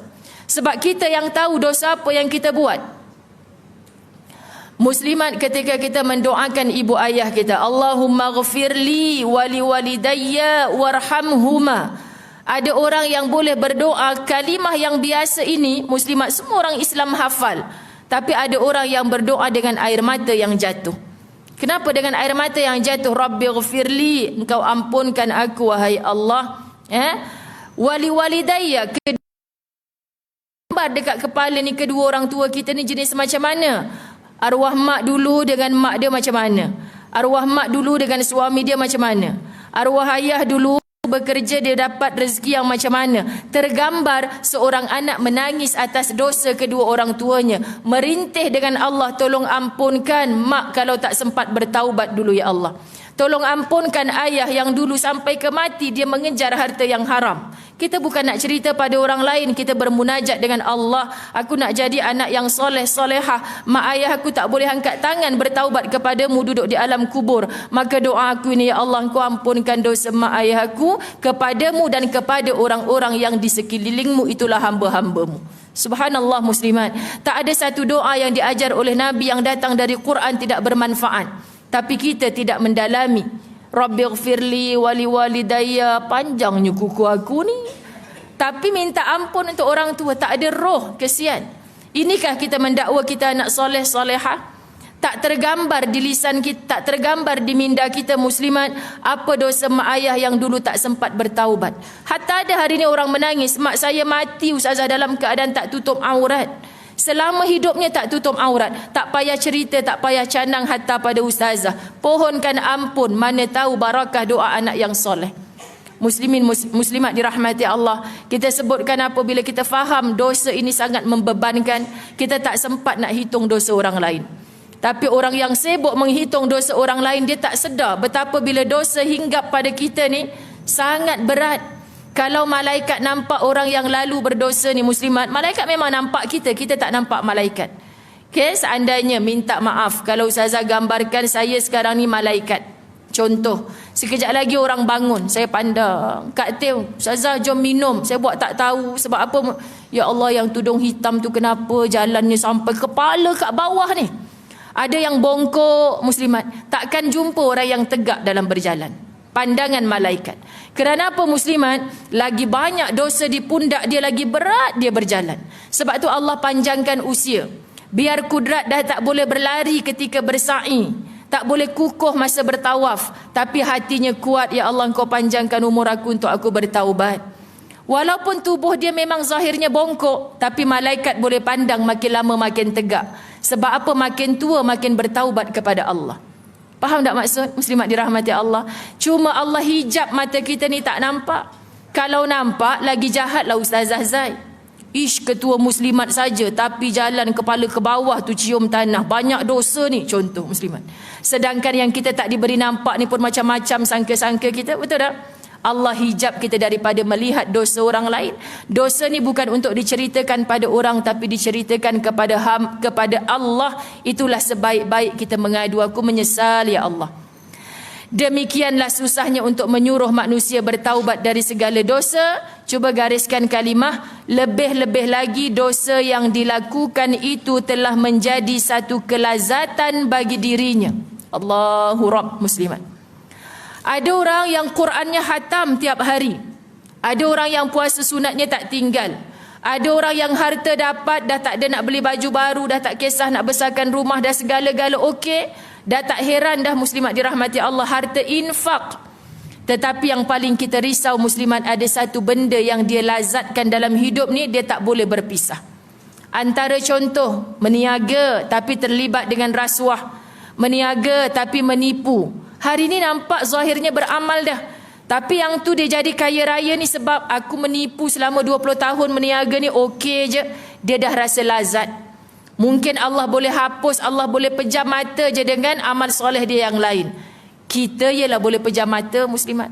Orang baik dengan kita ustazah, memanglah dia tu sebenarnya dari satu segi tak ni, tapi saya dah banyak terhutang budi dengan dia, saya pejam mata je lah ustazah. Biasa kan seorang manusia bersifat macam ni. Dengan Allah muslimat, kita tak boleh gula-gulakan. Kita baik dari segi lain, kita macam boleh rasuah Allah ke? Ya Allah, aku nak excuse satu je, yang bab menipu ni aku memang tak boleh buang. Tak ada muslimat. Dengan Allah, bila kita bertaubatan nasuha, Allah suruh kita jaga sungguh-sungguh, udkhulu fis-silmi kaffah. Kamu nak masuk ke dalam agama Islam itu secara keseluruhan. Bukan kita kata mata aku jaga, tangan jaga, kaki jaga, mulut je aku tak nak jaga. Sebab ni memang hobi aku ni Allah. Bukan mudah muslimat. Sebab tu paling Ustazah Zai syukuri, terima kasih ya Allah, Engkau paksa aku tiap hari bercakap benda yang baik walaupun sebenarnya aku belum baik. Sebab kalau kita tak dipaksa untuk bercakap benda yang baik, kita juga akan terjebak bercakap dengan perkara yang tidak baik. Faham tak maksud saya muslimat? Sebab tu ibu-ibu tugasnya Allah memang lahirkan untuk membebel pada anak-anak. Tak ada ibu yang tak nak ingatkan anak. Nasihat anak, nasihat. Anak pun kata, okeylah ibu ni kali ke 2999. Tak apalah selagi ibu hidup. Sebab ibu sedang bercakap baik dengan anaknya. Jadi siapa ibu yang tak baik? Nak suruh anak baik, muslimat dirahmati Allah, tapi bila datang je WhatsApp yang menyakitkan hati, keluar perkataan anak, ibu cakap dengan siapa tu? Kau jangan jadi macam ibu ni, ibu marah ke orang lain ni. Kau jangan jadi macam ibu, menyumpah seranah segala. Rupanya yang anak akan tiru sebiji tu yang kita kata kau jangan jadi macam ibu. Sebab madrasah utama adalah apa yang anak pandang pada kita. Betul muslimat? Saya bagi contoh zaman hari ni mudah je. Handphone ni muslimat, Allah, orang jual macam-macam handphone ni. Sambil dukung anak, buatlah make-up segala, senang. Sambil dukung baby pun kita boleh jual. Tengok dah masuk berapa sale dah ni, sambil dukung baby. Baby nanti jangan jadi macam ibu jual make-up, jangan. Pelik dah orang. Kita tertengok muslimat, agaknya nanti budak tu. Lepas tu nanti share pula kat Facebook, anak baru 4 tahun dah bawa beg make-up, dah duduk depan cermin muslimat. Dia belajar dari siapa? Daripada ibunya. Ibu cakap hari-hari, jangan jadi macam ibu, jangan jadi macam ibu. Tapi yang ibu kata jangan, itulah yang anak tiru. Belajarlah sesuatu muslimat dirahmati Allah. Sebab tu kita kata kadang-kadang, dari mana anak aku belajar ni? Rupanya dari diri kita sendiri. Sebab tu anak yang berjaya, Masya Allah, tengok tabah kuatnya seorang ibu. Disakiti oleh ayahnya sendiri, tapi ibu tak pernah mencaci maki seorang ayah di hadapan anaknya. Kan? Ibu abang nanti kalau dah besar, ibu tak naklah bagi duit hasil kerja abang dekat ayah tu. Ayah tak pernah bagi nafkah pun dekat ibu. Seorang ibu yang baik muslimat memendam, menahan luka. Dia tetap ayah kamu. Tak ada dia, tak ada kamu atas dunia. Tapi masuk bilik menangis. Saya biasa jumpa wanita yang macam ni muslimat, bahagia hidupnya sampai ke tua. Tapi ibu yang mama memang sokong. Nanti kalau ayah kamu kena stroke tua, jangan bawa dia pergi hospital. Kita ngajar muslimat. Ibu tu datang jumpa saya, ustazah ini kafarah dosa saya atas silap saya. Kenapa cik? Anak saya 4 orang ustazah. Saya besarkan seorang-seorang. Suami langsung tak jaga anak. Dia langsung. Bukan ayah yang bertanggungjawab. Tapi dosa saya banyak ustazah. Saya yang mengajar anak benci ayah dia. Tapi bila anak-anak dah dewasa, anak-anak tengok bapaknya dah lama dah bertaubat, baik, makin dekat kepada agama Allah. Saya sedih hari ni anak yang saya besarkan dengan tangan saya sendiri tak duduk dengan saya, duduk dengan ayah dia ustazah. Saya faham ini adalah kafarah, denda yang Allah bagi pada saya mengajarkan anak perkara yang tak betul. Masya Allah, saya dapat ilmu di situ. Benarlah Tuhan, apa yang kita bagi akan kita dapat balik. Sebab itu muslimat terus buat baik walaupun kita disakiti. Allah yang akan membalas kebaikan itu. Jadi kalau kita membalas dengan kejahatan, muslimat, sudah tidak ada kebaikan atas dosa zahir ataupun batin kita. Tetapi bagi mereka yang dapat bertaubat dari perbuatan itu sekalipun ianya telah menjadi asam garam hidupnya, maka ia telah mendapat taufik dan hidayah dari Allah. Baginya senang sekali untuk meninggalkan perbuatan dosa itu, meskipun peringkat awal hati menderita. Kalau orang sudah dapat hidayah, sudah dapat taufik dari Allah, muslimat, mula-mula nak berpisah dengan dosa yang lazat, yang sudah biasa nikmat dia buat itu, memang dia berperang dengan hawa nafsu dia sendiri. Betul tak muslimat dirahmati Allah? Mula-mula nak pakai tudung dululah. Cuba kenang balik muslimat. Mula-mula nak pakai tudung dulu. Setahun ustazah, mula-mula cuba yang bawal. Saya keluar je pintu rumah, jiran tegur. Aku ingatkan mak engkau, rupanya engkau. Nampak tua sungguh. Pakai bawal nampak tua rupanya. Saya pun seminggu buka balik mujur, Allah tak matikan saya dalam pada saya buka. Dah pakai seminggu, jiran kata macam orang tua pula ustazah. Saya buka seminggu. Cuba balik, dah insaf balik lepas seminggu, tukar yang tenggiri pula ustazah. Macam tu muslimat.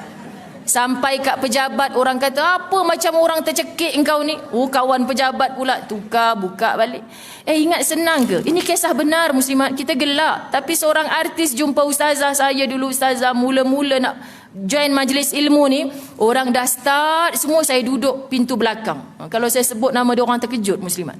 Saya akan masuk tahu kuliah ustazah kat mana, saya ikut last kali sebelum ustazah wabillahi taufiq wal hidayah, saya akan keluar. Dia akan masuk paling last, dia akan keluar paling awal. Dia tak nak orang nampak sebab dia rasa buruk sungguh dia pakai tudung. Muslimat teruk benar. Sebab apa? Memang dia tahu buruk. Dia tenggek je selendang atas kepala. Satu masjid semua orang pakai tudung litup. Sebab tu wahai ahlul masjid, ni yang mendakwa ahli masjid, kalau nampak orang tenggek tudung atas kepala, jangan pernah pandang sebelah mata muslimat. Dia bermujahadah nak start tu, Masya Allah Tuhan, bukan mudah. Jangan kita ingat orang yang datang masjid ni terus bertudung litup. Jangan. Dia datang hatta dia tak pakai tudung, jangan kita halau dulu muslimat. Dia nak datang tu pun satu perjuangan melawan hawa nafsu dia. Sebab tu manusia suka dipuji, suka ditahniahkan. Tak apa, kita pelan-pelan. InsyaAllah nanti akan. Ini orang datang je, kenapa tak tutup aurat sempurna ni? Masjid ni rumah Allah ni. Petang nanti dia angkat kain, tak pakai tudung pun mokcik ni. Muslimat kan. Alah ustazah, pakcik sebelah rumah tu dah 30 tahun, jiran dah macam ayah sendiri, takkan ada nafsu kat kita. Angkat kain je pun nampak rambut. Muslimat, ini bukan hukum pakcik rumah sebelah, ni hukum Allah. Nak angkat kain ke, nak beli roti kat depan rumah ke muslimat, nak gotong royong masjid surau ke, lagi-lagi ada pakcik tukang angkat periuk kan. Kita punya lengan, punya sing-sing lah, Masya Allah. Sebab tu surau rumah saya pun nak tiru satu surau berhampiran. Best lah surau tu, tiap hari Rabu orang-orang pencen lelaki berkumpul buat gotong royong. Tak payah panggil upah orang lain seminggu sekali nak mop segala. Saya kata lama dah saya nampak. Sebenarnya taman kita ni pun ada pakcik-pakcik juga. Pencen ramai. Kita buatlah seminggu sekali insya-Allah. Kalau kita panggil orang pun tak besar upah dia guna duit surau. Sebab seminggu sekali kita dah bersihkan. Tapi saya mohonlah kalau boleh macam surau tu jugalah. Hanya pakcik-pakcik yang terlibat. Bukan makcik-makcik. Makcik-makcik nanti kerja gotong royong hak lain pula, hari lain pula. Sebab apa muslimat? Bila kita dah mula bekerja sama, kita dah terlupa basuh bilik air macam kat rumah. Angkat sampai peha. Pakcik kata bini aku mati lama dah ni. Muslimat. Kita lupa kadang-kadang buat kerja masjid, buat kerja surau. Ustazah Zai cakap benda yang laku depan mata. Tapi jangan tanya masjid manalah. Sekian dimaklumkan. Okay? Baginya sekali senang untuk meninggalkan perbuatan dosa itu meskipun peringkat awal hati menderita. Memang hati menderita nak berpisah dengan kecintaan kita. Ramai orang datang, Ustazah pergi Kemboja tu, saya nak kirim baju-baju lama saya, boleh Ustazah? Ramai orang tanya muslimat. Baju lama macam mana yang tak ada ketiak, yang tak ada ni, bahaya tu. Kat Kemboja tu tak ada seorang perempuan pun yang pakai baju macam tu. Jadi Ustazah, satu baju tu ada yang harga 3,000 pun ada. Saya terkedip-kedip, macam mana baju harga 3,000? Tak cukup kain ni harga 3,000 muslimat. Saya kata, ya Allah, yang cukup kain RM40 sepasang kau tak beli. Kan? Itulah jahilnya saya dulu Ustazah. Saya kata masukkan ajalah dekat tong-tong yang tepi jalan baju-baju terpakai tu. InsyaAllah nanti adalah NGO yang Cina, India semua ambil.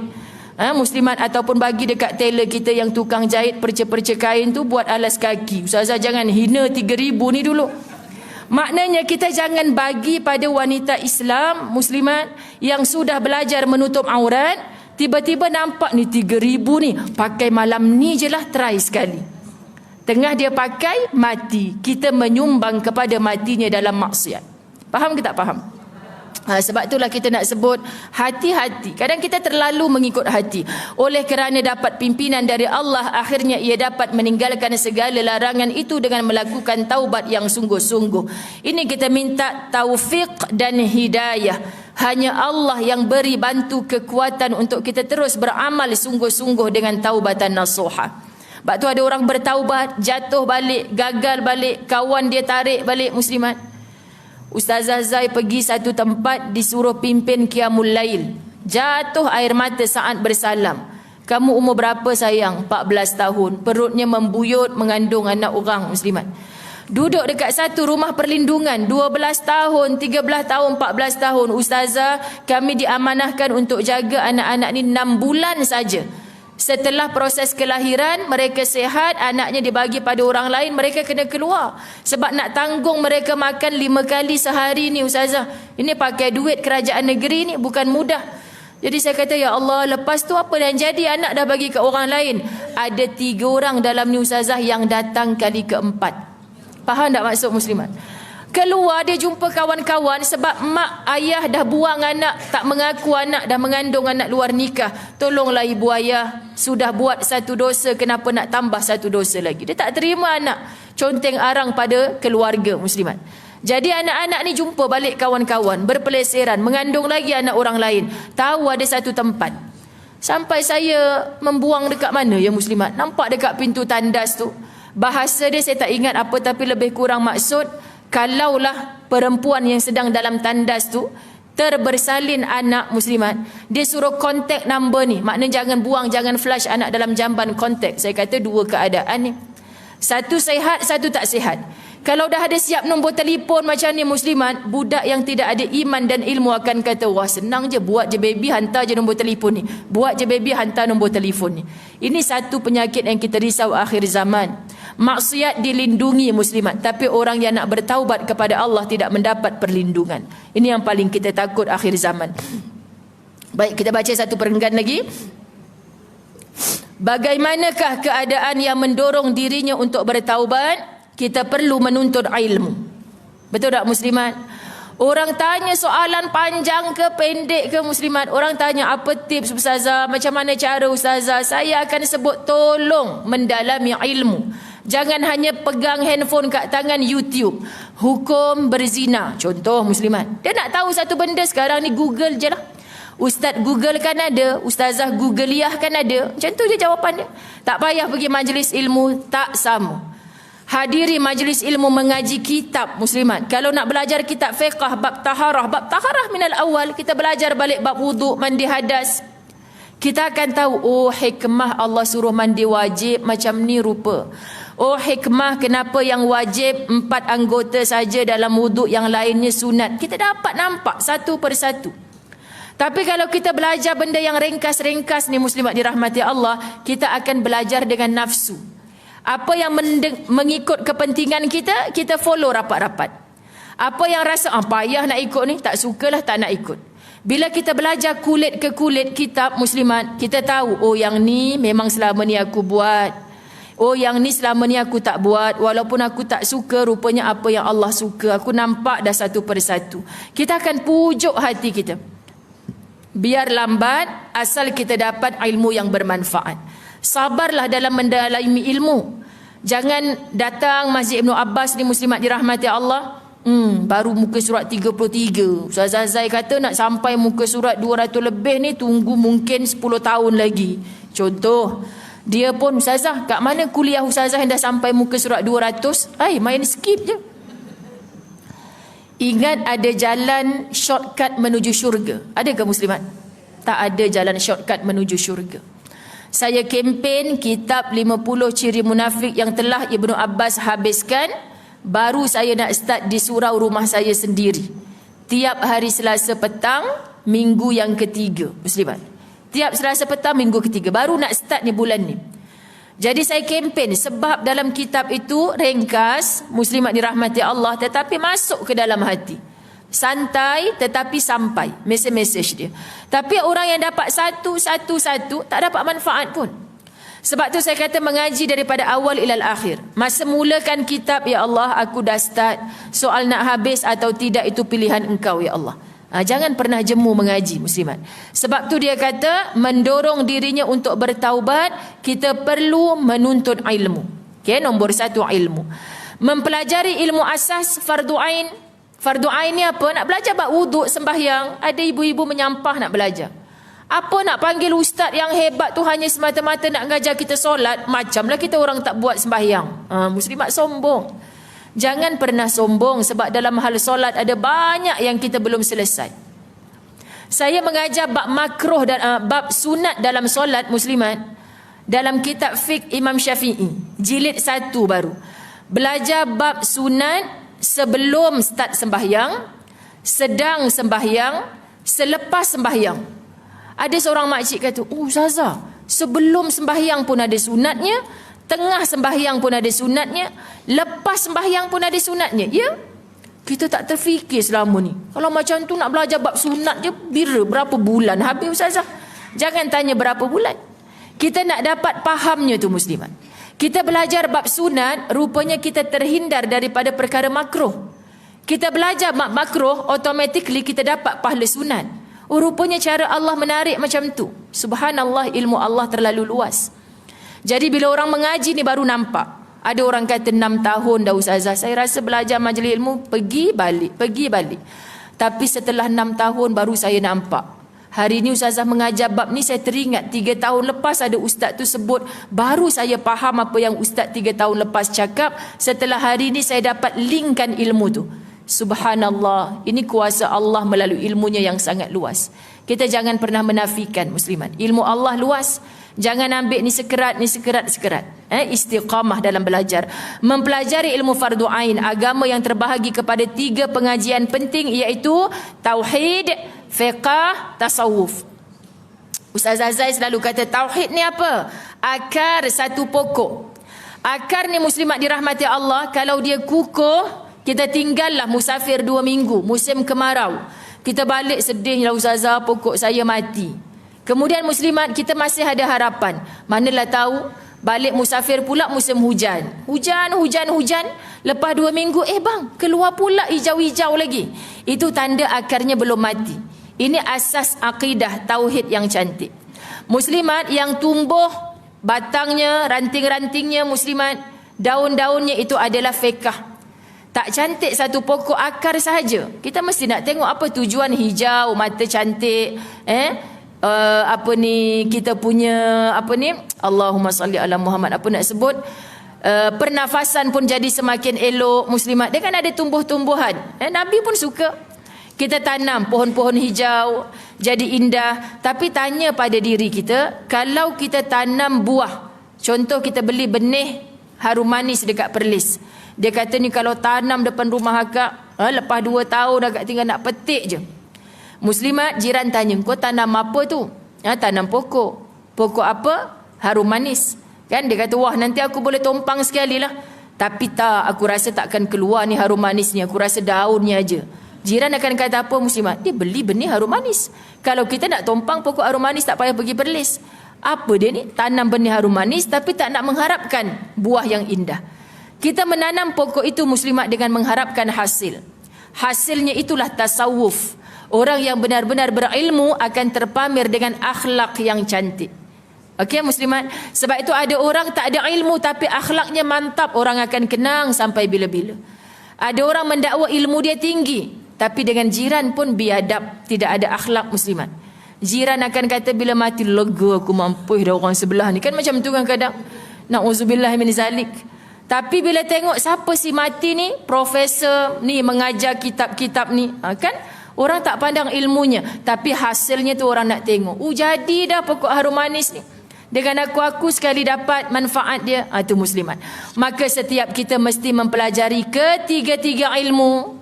Siapa saja asatizah yang mengajar bab tauhid, ya nak datang, fiqh nak datang, tasawuf nak datang, jangan memilih-milih. Sebab ketiga-tiganya sangat penting untuk melahirkan diri kita sebagai manusia yang sempurna di sisi Allah. Contoh, ilmu tauhid menjadi asas pengetahuan kita untuk mengenal 20 sifat wajib, 20 sifat mustahil, 1 sifat yang harus bagi Allah.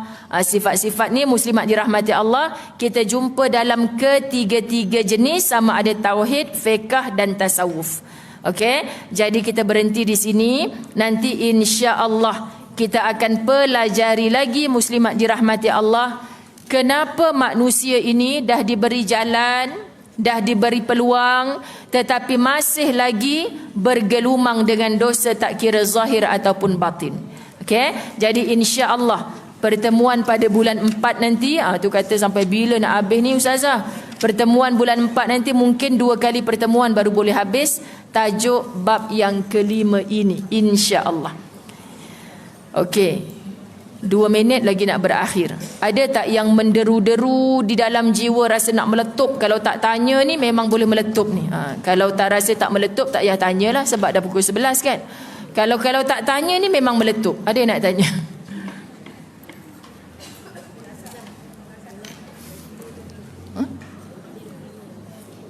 Berapa semua? Berapa semua? Terima kasih. Ya.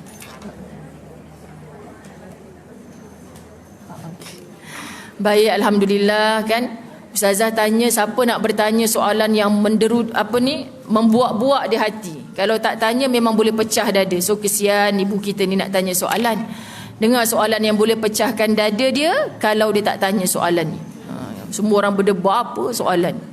Macam mana nak tegur kalau orang tu tak pakai tudung ya Ustazah?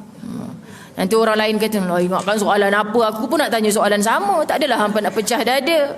Sebenarnya muslimat dirahmati Allah, jawapannya ada dalam pelajaran kita tadi. Masya Allah, tetap ajak, tetap bagi tahu, tapi jangan ada benci di hati. Kita je yang tahu kita nasihat tu dengan sombong, dengan benci atau dengan kasih sayang. Muslimat, kalau dengan kasih sayang, kita akan rasa, muslimat dirahmati Allah, cakap, bagi tahu, ajak, hadiahkan benda yang baik-baik agar dia gembira, muslimat dirahmati Allah, belai jiwanya, semua itu pahala di sisi Allah. Okay? Tapi kalau kita tak cakap, tak mampu, kita tahu dengan cakap boleh jauh lagi dia daripada kita, kemampuan kita yang terakhir adalah doa. Ya Allah, campakkan hidayah. Ya Allah, besok dia nak datang, nak bertamu kat rumah, aku nak cakap benda ni, masa tu kau lembutkan hati aku, lembutkan hati dia ya Allah. Minta dengan pemilik hati dulu, itulah Allah. Jangan pernah menasihat orang dengan emosi. Jangan pernah menasihat orang bila ada benci. Nasihatlah ketika hati masih berkasih sayang. InsyaAllah doa itu doa yang diangkat ke langit Allah. Mungkin sampai kita mati belum lagi berhijab. Tapi kalau kita mati, dia datang ziarah jenazah kita dengan hijab, insya-Allah yang ada dalam kepala dia, tak ada dah orang nak membebel ke aku pasal suruh pakai tudung. Muslimat, mungkin itu permulaan terdetik di hati dia untuk terus menutup aurat. Kita mati dah. Kita dapat saham sebab tak jemu-jemu mengajak dia kebaikan. Walaupun kita tak boleh update status Facebook kita. Selfie dengan dia dah pakai tudung, hasil teguran saya, dia dah pakai tudung. Kan bangga kita muslimat share kat Facebook. Ustazah, kalau kita dah mati baru dia nak pakai tudung, baik tak payah. Sebenarnya lagi bagus. Sebab kata Nabi, apa yang dia buat kebaikan hasil cakap baik kita, kita pun dapat saham kebaikannya muslimat. Walaupun setelah kematian kita, insya-Allah. Maka jangan pernah jemu untuk mengajak, untuk memberitahu dengan penuh hikmah kebijaksanaan kita insya-Allah. Kalau tak ada apa-apa, kita tutup dengan doa. Ada apa kata? Ada apa-apa ke? Tak sampaikan. Bismillahirrahmanirrahim. Allahumma salli ala Sayyidina Muhammad. Ya Allah, ya Tuhan kami, perhimpunan kami pada pagi yang barakah ini ya Allah adalah perhimpunan yang dicintai oleh Rasulmu Muhammad sallallahu alaihi wasallam. mendatangi majlis-majlis ilmu, diberikan pahala seperti orang menuju ke medan jihad. Wahai Allah, Engkau buka seluasnya pintu hati kami, wahai Allah, untuk sentiasa menjadi pendosa yang bertaubat atas segala dosa-dosa zahir dan batin yang pernah kami lakukan, ya Allah. Maka berikan kami petunjuk, hidayah dan taufikmu, ya Allah, agar sentiasa Engkau lorongkan hati-hati kami ke jalan-jalan yang Engkau redai. Engkau hijab hati-hati kami daripada mengulang mencintai maksiat dan dosa yang pernah kami lakukan, ya Allah. Andai Engkau mentakdirkan kami mati, ya Allah, matikan kami dalam husnul khatimah, kesudahan yang baik. Matikan kami dalam radiyatan mardiyah, kami redha bertemu denganmu dan Engkau jauh lebih redha bertemu dengan kami, ya Allah. Matikan kami dengan qalbun salim, hati yang benar-benar sejahtera, ya Allah. Kerana hati inilah tempat jatuhnya pandanganmu, wahai Allah. Takutnya kami beramal hanya pada zahirnya, namun tak mampu kami memujuk hati kami, batin kami untuk turut beramal kepadamu, wahai Allah. Engkau bantu kami menghapuskan segala dosa-dosa yang bersarang di dalam hati kami. Itulah sifat-sifat mazmumah yang Engkau keji, ya Allah. Engkau beri kekuatan kepada kami untuk beramal dengan sifat-sifat mahmudah yang Engkau puji, wahai Allah. Anugerahkan kami ikhlas dan istiqamah kerana amal yang ikhlas semata-mata yang dipandang oleh-Mu, wahai Allah. Bantu kami membunuh penyakit-penyakit hati, yakni ujub, riya, takabbur, wahai Allah. Bantu kami untuk menghapuskannya sebelum tarikh kematian kami, ya Allah. Jangan pernah di hati kami ada jemu untuk beramal soleh kepadamu, ya Allah, kerana Engkau tidak pernah buta atau tuli untuk menilai segala amal soleh kami, ya Allah. Ya Rahman, ya Rahim, dalam keberkatan majlis ilmu ini, ya Allah, Engkau tariklah segala penyakit yang sedang berada di atas muka bumi Malaysia ini khususnya, ya Allah. Hindarkan segala saudara-saudara kami orang-orang Islam daripada dijangkiti wabak yang menakutkan, wahai Allah. Engkau bebaskanlah kami beribadah di atas muka bumi-Mu ini, wahai Allah, menjadi hamba yang semakin taat bertakwa kepadamu, ya Allah. Kami pohon perhimpunan kami pada hari ini adalah perhimpunan kebaikan. Engkau temukan kami apabila pulang ke kampung akhirat kelak, itulah di tempat yang paling baik di dalam syurga-Mu yang kekal abadi, ya Allah. Rabbana atina fid dunya hasanah wa fil akhirati hasanah wa qina adzabannar. Cita-cita kami sama, ya Allah, ingin baik di dunia, ingin baik di akhirat, dan jauhkan kami dari azab neraka-Mu yang menakutkan, ya Allah. Wa sallallahu ala sayyidina Muhammad walhamdulillahi rabbil alamin. Alhamdulillah, muslimat dirahmati Allah. Kat luar sana saya ada bawa jualan sambal kering ustazah. Sebenarnya muslimat bukan Ustazah Zai, ustazah dari Sungai Petani. Okay, sebab selalunya saya bekalkan kepada jemaah yang akan bermusafir, tapi sekarang semua permusafiran disekat. Okay, jadi mudah-mudahan menjadi dana kepada Darul Fawaz Kertih, maaf tahfiz saya. InsyaAllah satu bekas RM10, ada 48 bekas sahaja. 48 bekas. Okey, jadi RM10-nya masukkan saja dalam tu. Saya tak ada pembantu, Allah Maha tahu. Ni orang-orang mengaji belaka ni, insya-Allah. Assalamualaikum warahmatullahi wabarakatuh. Alhamdulillah, kuliah dua kita selesai. Terima kasih kepada Tuan, kita menjayakan pada hari ini.